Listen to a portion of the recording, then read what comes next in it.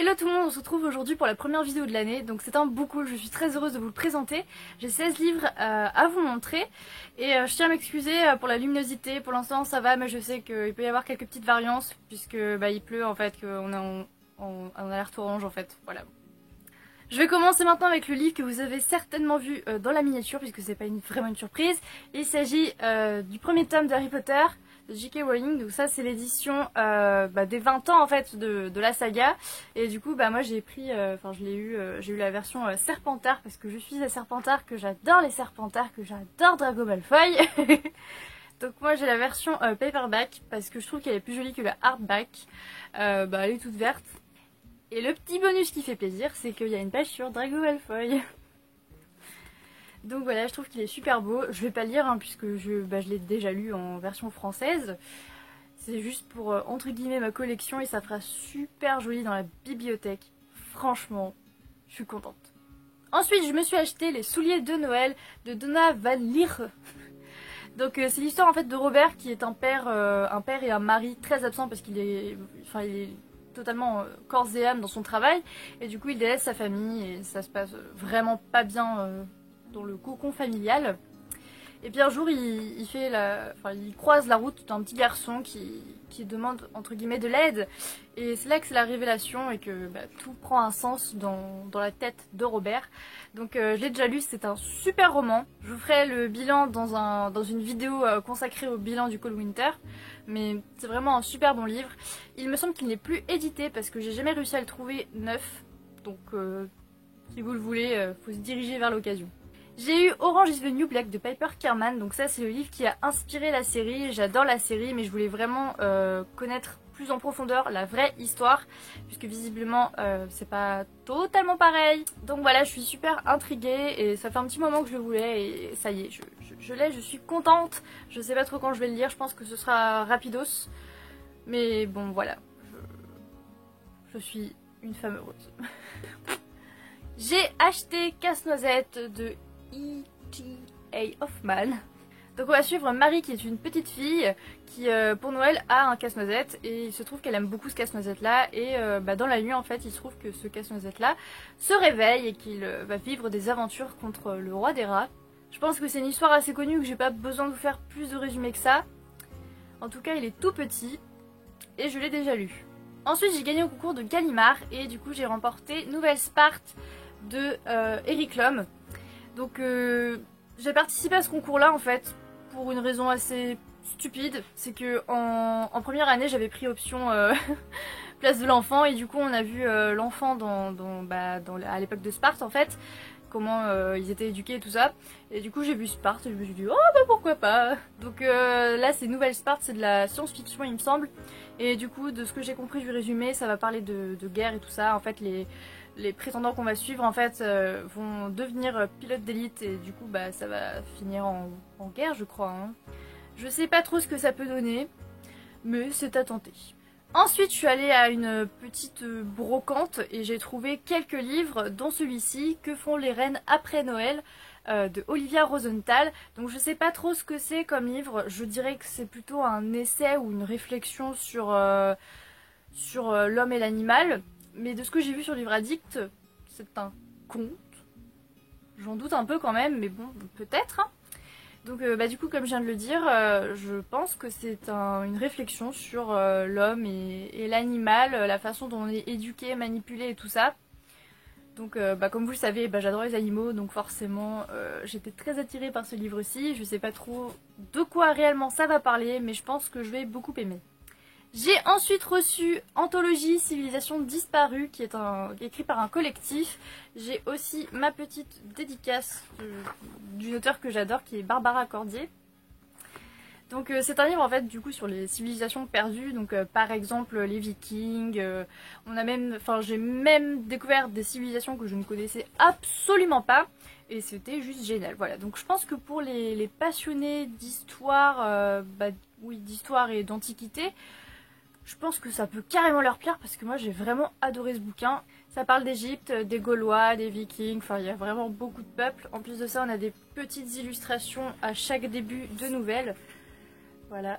En fait, dans ce livre-là, on a une nouvelle et ensuite on a une partie historique qui raconte un petit peu les rituels, les cultures de telle civilisation en fait.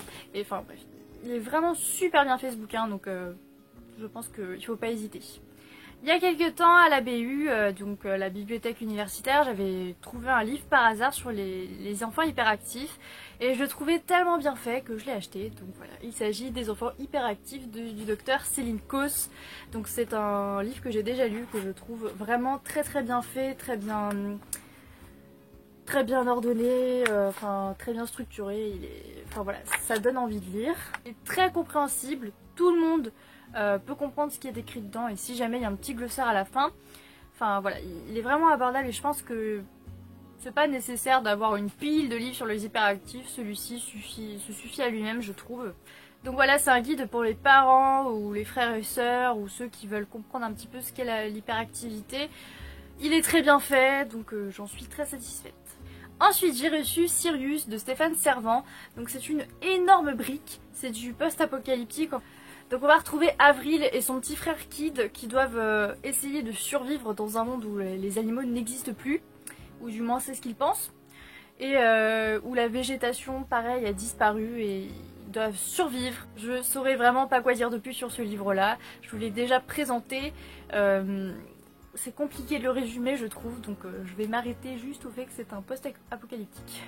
Ensuite, je me suis pris Y aura-t-il trop de neige à Noël, donc c'est de la team Romcom, donc c'est un collectif, c'est pareil, c'est 12 nouvelles en fait. Donc on va suivre vraiment un petit peu de tout, hein. On va avoir des personnages extravagants, on va avoir des romances inattendues, on va avoir des catastrophes complètement stupides. Enfin bref, voilà, c'est un livre qui change vraiment les idées. C'est un livre qui change vraiment les idées, qui est très... Enfin voilà, qui est vraiment dans l'esprit de Noël. Et voilà.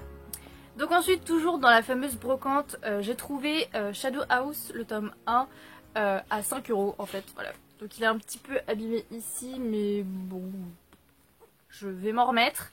Donc à ce que j'ai compris, ça se passe dans un pensionnat avec des enfants où il va se passer des trucs un peu bizarres, où ils doivent réaliser leurs rêves ou je sais pas quoi. Et comme c'est un livre qui fait peur, bah je sais pas trop. Donc voilà, je vais vous montrer un petit peu. Voilà. Voilà, donc les illustrations sont super jolies. Donc c'est un livre que je vais me réserver pour Halloween parce que j'ai jamais rien de spécial pour Halloween. J'essaierai de le lire le soir parce que je trouve que ça correspond bien à l'ambiance. Maintenant, est-ce que j'aurai le courage de le faire? Je n'en suis absolument pas sûre parce que je suis une vraie trouillarde en fait. Donc voilà, je l'ai vu passer sur beaucoup de chaînes, il me tentait, mais bon, est-ce que je l'aurais acheté si je l'avais pas trouvé d'occasion? Je ne pense pas. Bon, en tout cas, il est là, donc voilà. Ensuite, je me suis acheté La petite fille aux allumettes de Anderson, donc c'est un conte très connu pour le réveillon du Nouvel An. Donc c'est une petite fille en fait qui vit, qui est dans la rue et qui doit vendre des allumettes, sauf que ça ne fonctionne pas comme prévu. C'est une histoire très courte, hein, elle fait, enfin du moins cette version là, elle fait même pas 20 pages. Hein. Je l'ai lu très rapidement, en 5 minutes c'est bouclé quoi. Ensuite, j'ai reçu lors de la masse critique Babelio 5 centièmes de seconde de Lois Lowry. Je l'avais checké parce que j'avais adoré son conte Passeuse de rêve. Et on m'avait dit que c'est Plume de Nuages qui m'avait dit fais gaffe parce que c'est pas du tout le même style. Et je confirme que c'est pas du tout le même style. On va retrouver Molly et Meg qui sont sœurs et qui... elles ont une relation de sœurs et puis un jour il y a un drame qui va se jouer entre elles et c'est vrai que là ça va... honnêtement je sais même pas quoi dire de ce livre là parce que je l'ai lu et j'ai pas accroché donc bon. Juste ce qu'on peut dire c'est qu'il va se passer quelque chose de dramatique entre les deux sœurs et que ça va les changer à tout jamais. Ensuite je me suis acheté Harry Potter le 3e tome, donc Harry Potter le prisonnier d'Azkaban de J.K. Rowling, donc j'adore cette couverture honnêtement. C'est violet, je kiffe de ouf. Donc ça c'est un livre que j'ai prévu de lire bientôt normalement, hein, parce que j'avoue que je dis bientôt, je le lis 3 mois après. Donc je vous résume pas le livre, hein, je pense que vous connaissez très bien l'histoire. Il me tente beaucoup, mais je sais pas, j'arrive pas à me lancer en fait. Pour aucune raison d'ailleurs, parce que je sais que je vais aimer, mais je sais pas, il faut que je sois prête pour entrer dans Harry Potter. Ensuite en me baladant à la Fnac dans le rayon de Psycho, hein, forcément j'ai trouvé quelque chose. Donc j'ai trouvé La psychologie au carré, sans concept de base de je sais plus qui, parce que je trouve pas le nom.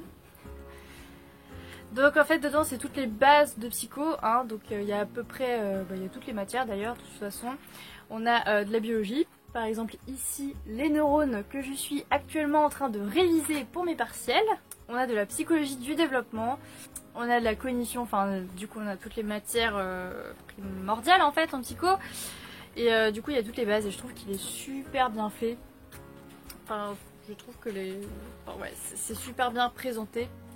Il y a des schémas et des images à peu près à toutes les pages, hein. Donc concrètement c'est le genre de livre que je vais vraiment adorer. Ça c'est vraiment de la révision, hein, bien sûr. Mais j'aime bien de temps en temps me remémorer tout ce que j'ai déjà vu en L1.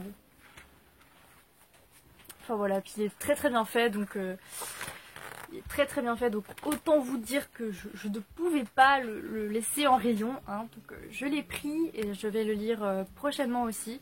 Et d'ailleurs il va me servir aussi un peu pour mes révisions de ce semestre là.